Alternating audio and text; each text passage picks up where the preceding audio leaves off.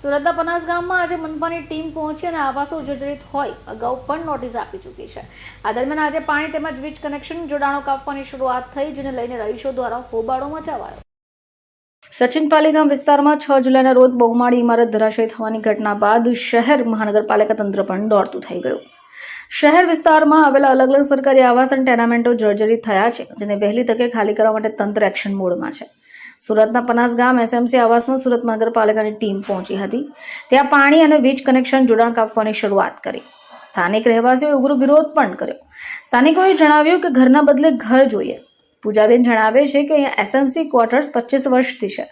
આ મકાન જૂના થયા છે, ત્યારે સરકારે એક નોટિસ આપી હતી, જેમાં લખેલું હતું કે અઠવાડિયામાં મકાન ખાલી કરો, પણ એના બદલામાં શું એવું કંઈ જ નથી।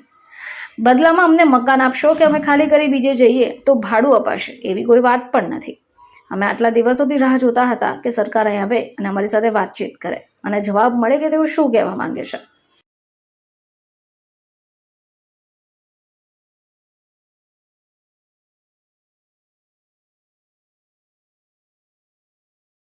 મારું નામ સવિતા રામલાલ ભગોરે છે। હું E1 માં રહું છું।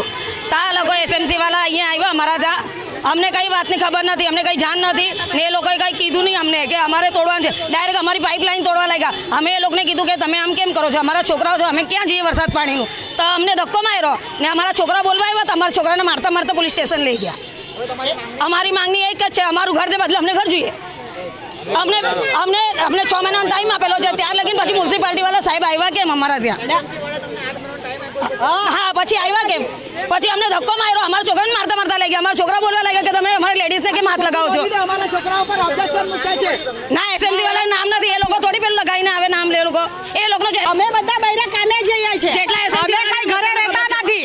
એને અમારા નહીં રહેવાના કારણે પછી કાયદા કાનૂનથી એ કર્યું તો તમારે અમને જાણ કરવાની હતી। અમે જાણ તમે અમને કહેતા તો અમે કઈ પણ બંદોબસ્ત કરતે, તમે અમને જાણ કરી નથી ને આ બધા તમે ગમે તેવું કામ કરી ગયા, છોકરાઓને અંદર કરી દીધું મારીને તે પણ એવું થોડી ચાલે। હું જણાવવા માંગુ છું કે અમને બીજું કોઈ સાધન છે નહીં। ચોમાસામાં અમારા મકાન તોડવામાં આવેલા છે, અમને બીજું કંઈ જોઈતું નથી। અમને મકાનના બદલા મકાન આપો। 8 મહિનાની ગેરંટી હતી, એ લોકો વચ્ચે ને વચ્ચે આવી ગયા છે, અમારી સાથે દાદાગીરી કરે છે, ખોટી ચીટિંગ કરે છે ને ખોટો સામેથી ઝઘડો જોઈ છે।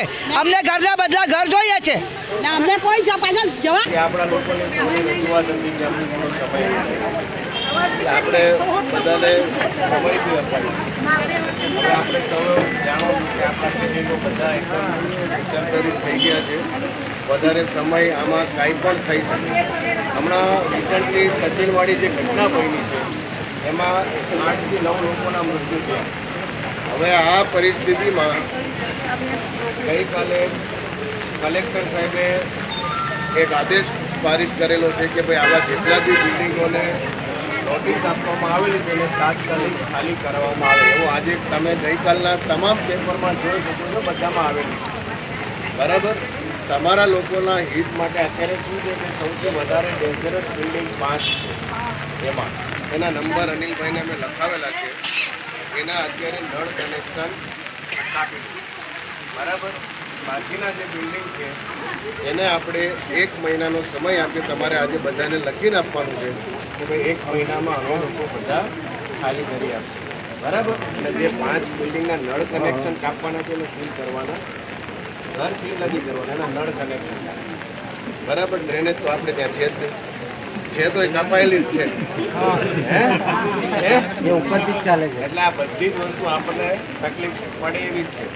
એટલે જો તમે પાછા આપણને અહીંયા ઘર બી મળી જવાના છે એટલે એ કોઈ પ્રકારની ચિંતા નહીં કરતા। જે લોકો આ મકાનના માલિક છે એ તમામ લોકોને ફ્લેટ મળી જશે, એની કોઈ ચિંતા કરશો નહીં। એના બજેટમાં પણ આપણું આ પાસ થઈ ગયેલું છે, પણ જ્યાં સુધી આપણે ખાલી નહીં કરીએ ત્યાં સુધી આગળની પ્રોસેસ કંઈ થવાની નથી। એટલે તમારા બ્યુરો રિપોર્ટ, ચેનલ આઈ વિટનેસ।